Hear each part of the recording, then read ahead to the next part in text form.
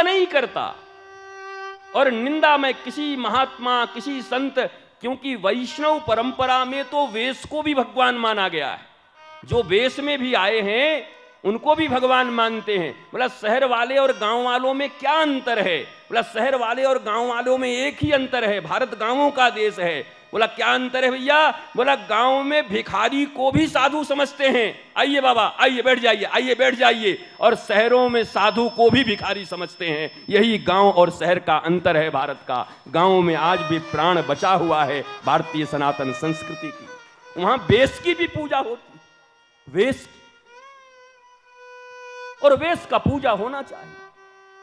लेकिन एक बात और है, अब हम थोड़े ऊपर उठे हैं, हनुमान चालीसा में आए हैं, हनुमान जी के चरित्र का रहस्य जानना चाहते हैं, तो फिर वेश में कभी कभी धोखा भी होता है, काल नेमी भी आते हैं। काल नेमी तो हनुमान जी का ही गुरु बनने आ गया था। बताओ महाराज, त्रिभुवन गुरु शंकर जी की अवतार हनुमान जी महाराज का गुरु बनने के लिए काल नेमी आ गया, और कथा भी शुरू कर दी उसने। खूब बढ़िया आश्रम भी बनवा लिया, बढ़िया पोखर तालाब बनवा लिए, चेला चुटिया खड़ा कर लिया, और हनुमान जी आए तो पहले ही से पूरा व्यवस्था बना के रखा था, तुम तिलक लगा के रहना, तुम ओंकार करना, और आते के साथ अपने कथा शुरुआत, और कथा ऐसी शुरुआत कराया कि रावण से शुरू करवाया। न अयोध्या कांड करी, न बाल कांड करी, न किष्किंधा कांड करी, न सुंदर कांड करी, सीधे ही लंका कांड पहुंच गया। वो हनुमान जी भी माथा खोया, इनका अजीब कथाकार है, इसकी कथा ही लंका से शुरू हो रही है। अच्छा, लंका में भी ऐसा चौपाई उठाता है कि पहले रावण का नाम लेता है, बाद में राम का नाम लेता है। हनुमान जी बोले कुछ तो गड़बड़ लग रहा है, लेकिन हनुमान जी ने कहा वेश की पूजा करो, महात्मा है, क्या करें।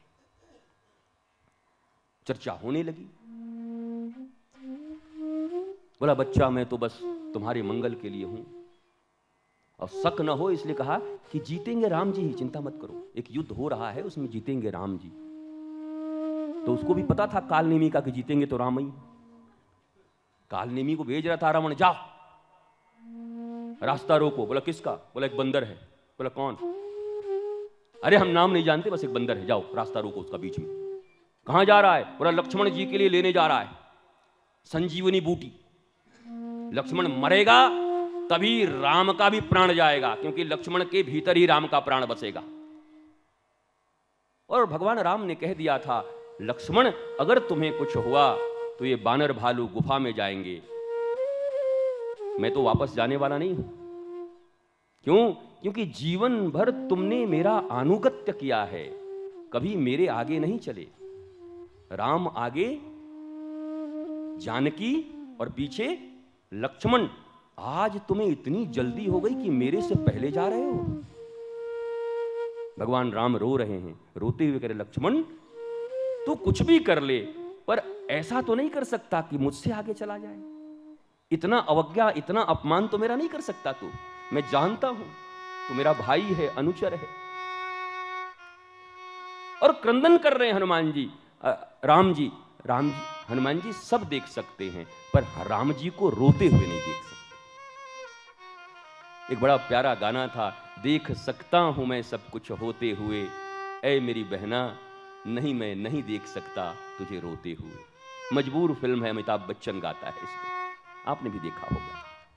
महात्मा का अर्थ ये नहीं होता है कि पहले ही कहा कि महात्मा कोई ऊपर से टपका होगा आसमान से। जैसे बहुत लोग कहते हैं कि सांप गिरते हैं ऊपर से महाराज जी, इतना इतना बरसात के दिनों में। तो हमको भी पहले बचपन में लगता था कि महात्मा भी गिरते होंगे ऊपर से, दाढ़ी उड़े लेके गिर, ओम नमः शिवाय करके गिरते होंगे। अचानक बाद में पता चला कि हर मैया के गर्भ से, जननी के गर्भ से ही आना होगा। अरे महात्मा की बात तो छोड़ो, परमात्मा को भी आना होगा तो किसी कौशल्या और किसी देवकी के गर्भ का आधान करना होगा।